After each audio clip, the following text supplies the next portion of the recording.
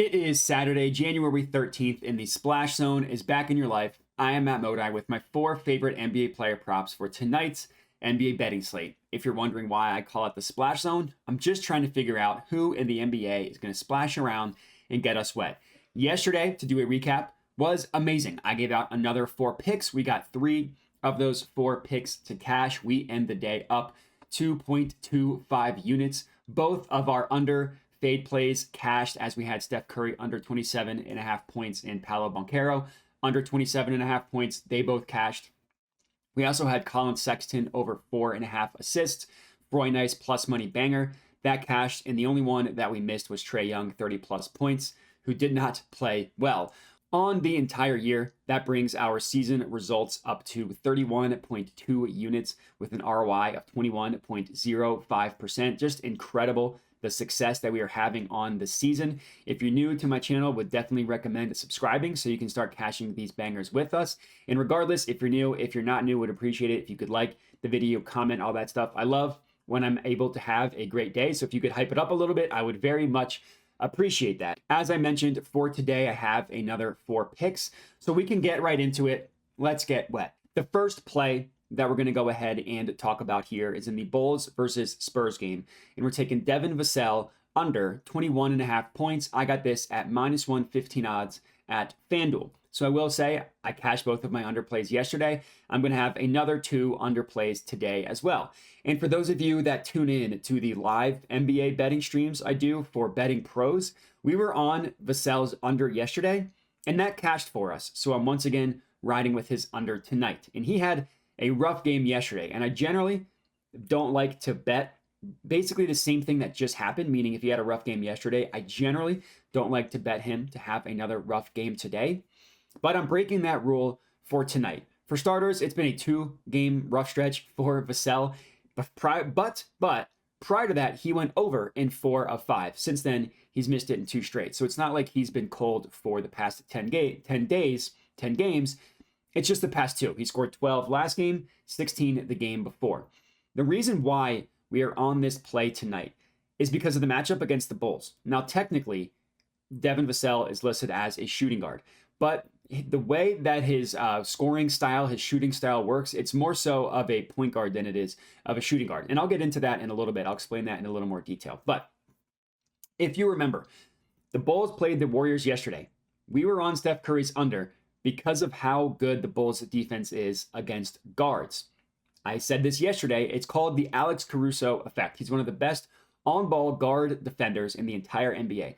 Now, as I mentioned, Vassell is listed as a shooting guard, but Courtside Pal, which is a new website, which is absolutely amazing, they categorize players, NBA players, into 9 different categories in terms of their shot selection and their scoring selection. The way that Devin Vassell shoots and scores is more in line with a point guard than it is with a shooting guard. And it's in line with the Bulls defense, who gives up the fewest points per game to someone of Vassell's shooting category. So hopefully that makes sense. It's a little bit confusing trying to explain it. I would recommend checking Courtside Pal out for yourself. But that makes sense. The fact that the Bulls give up the fewest amount of points to someone of Vassell's shooting profile makes sense because the Bulls give up the fewest points per game to opposing point guards, and props.cash lists the Bulls as the toughest matchup for point guard props specifically.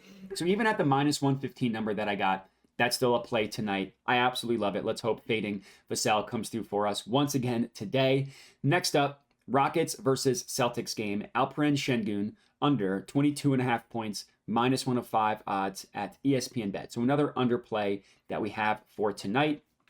Our second and final underplay as well. I love fading Şengün, who's got a very tough matchup against the Celtics. And when you're looking at the Celtics defense, and I've mentioned this a couple times, there's really only one position that you want to target overs against the Celtics. It's point guards, but it's point guards who can shoot, and it's slithery point guards who are very good in the pick and roll as well. It's a very specific type of point guard. Maxey, Damian Lillard, players like that. And obviously Steph Curry is amazing. Fox, players like that is who you want to target against the Celtics. Not any other position pretty much.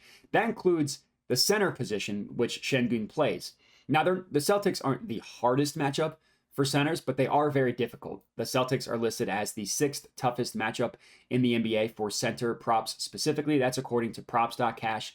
And then Courtside Pal looks at the type of scorer that Şengün is, and the Celtics allow the third fewest points to that type of scorer, which is not a traditional center, but a big man like Şengün. And this is a situation where we are fading recent results, which I like. Şengün has been playing well. He's gone over this number in 7 of his last 10 games. But what I like is that the 3 games in which he went under, if you look at those matchups, those are matchups in which you would have wanted to fade Şengün. Now, I obviously didn't, so I'm not going to claim that I got that right. But if you look at the matchups, all 3 defenses are good against centers. That would be the Wolves, the Bucks, and the Heat. Granted, he didn't smoke this under. He didn't go under by a massive amount by any means, not quite like Vassell yesterday, who scored 10 points, but he still went under. And overall, only 2 of the last 8 centers against the Celtics have gone over their point total over. They've gone over their point total prop over under. It's kind of confusing because it's saying point a lot, but you understand what I'm saying. Only 2 of the last 8 centers have gone over their point prop. So I like fading Şengün in this matchup as our second play and our last fade play of the evening. Next up, Warriors versus Bucks. I'm taking Steph Curry, 30 plus points, plus 115 odds at FanDuel. Now this one, as we're getting to some overs, is definitely going to be horrifying. Yesterday, we went with Steph's under. That cashed for us. And in yesterday's video, I talked about how rough of a streak that Steph Curry has been on. But in fairness, I did say because he's such a good player, he will break out of that streak eventually. And I'm calling my shot that eventually is going to be tonight against the Bucks. Now, it's a very juicy matchup, which we'll get into in a little bit. First, I do want to talk about, I'm not going to lie, it's been a rough stretch for Steph Curry. He's only scored 30 plus points in 2 of his last 10 games, and he's missed it in 4 straight games as well. In that 4-game stretch where he's missed it, he's had 2 really, really gross, disgusting, un-Steph-like performances. At least last night, even though we still went under, cashing our play, no big deal, he did show some signs of life. He scored 27 points in that game. Now, we took him under 27 and a half. So I'm not allowed to complain about a hook for a couple days because we took under 27 and a half. He scored 27. But that was in a really difficult matchup, as I mentioned, against the Bulls. Granted, he only shot 8 of 24, so it wasn't like he shot an amazing amount, but it was better than the previous 3 games. And I know that the Warriors are on the second half of a back-to-back, but if you look at his performances this year on the second half of back-to-backs, he's been playing well, so I'm really not concerned about that. And the main reason why we're taking his over is because of the matchup against the Bucks. As I mentioned, incredibly juicy matchup. The Bucks just get crushed by opposing point guards. Props.cash lists the Bucks as the best matchup, the easiest matchup for point guard point prop overs in the entire NBA. And Courtside Pal says that the Bucks allow the 4th most points to someone of Steph's scoring profile, a point guard who can shoot. Over the past month, the Bucks are giving up the 4th most points to point guards in the entire NBA. So no matter how you slice it on the entire year, recently, scoring profile, whatever you look at, this is a very plus juicy matchup for Steph Curry, who's been slumping. So this matches basically all of my betting strategies. It's EV from an odds perspective. It's EV because we're fading recent results, and it's positive EV because of the matchup and all the advanced stats. So I love for Steph to go over. The problem means he's going to score 4 points, but we're riding with him to score 30 plus points. I haven't done this yet, but I'm debating pumping him up to 35 and 40 as well, banking that he really breaks out of his slump. But the official play is just going to be whether he gets to 30, and hopefully he does. Last play of the evening, 4th and final pick, Lakers versus Jazz game. LeBron James over 8.5 assists, plus 102 odds is what I got it at FanDuel. Now, this is a play that I am laddering to 10 plus assists. I was very close to making the 10 plus assists my official play, but I decided to be a little bit safer because we're still getting plus money odds with the over 8.5, but I do like the 10 plus as well. And I personally put a half unit on the 10 plus, whereas I put a full unit on every official play that you see here. So it's our last play. I figured why not go with an assist play, not a point play, which was our first 3. Hopefully LeBron can come through for us. This is another matchup play, this time against the Jazz. Now, the Jazz are admittedly playing well. They've gotten to 500 in terms of their record on the year, but they are a team that you want to target for assist props. Generally, it's point guards, but LeBron is essentially the point guard. The logic is the Jazz allow so much dribble penetration, they get smoked in the pick and roll, that pick and roll ball handlers who can exploit mismatches and find the open man, they rack up a ton of assists against the Jazz. Now, generally, that's the point guard. Obviously, LeBron's not a point guard, but that description of that type of playmaker fits LeBron to a T.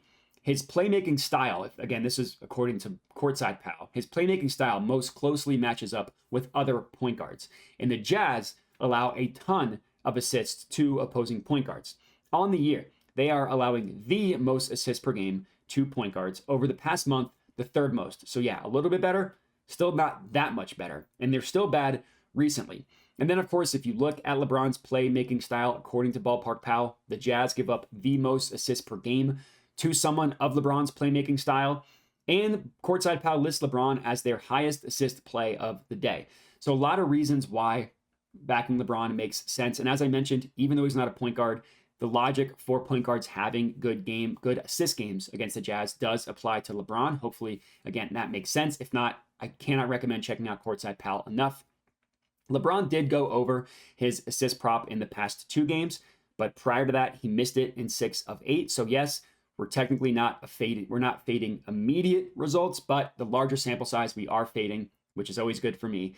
I'm very confident LeBron's going to come through for us tonight. And that's how we got our 4th and final pick, 4 plays, 2 plus money bangers for you guys to lock in, 2 unders as well. If you're riding with me, make sure to comment and let me know. Remember to like the video, subscribe, comment, hype up the amazing day that we had yesterday. Appreciate everybody for watching and have a good one.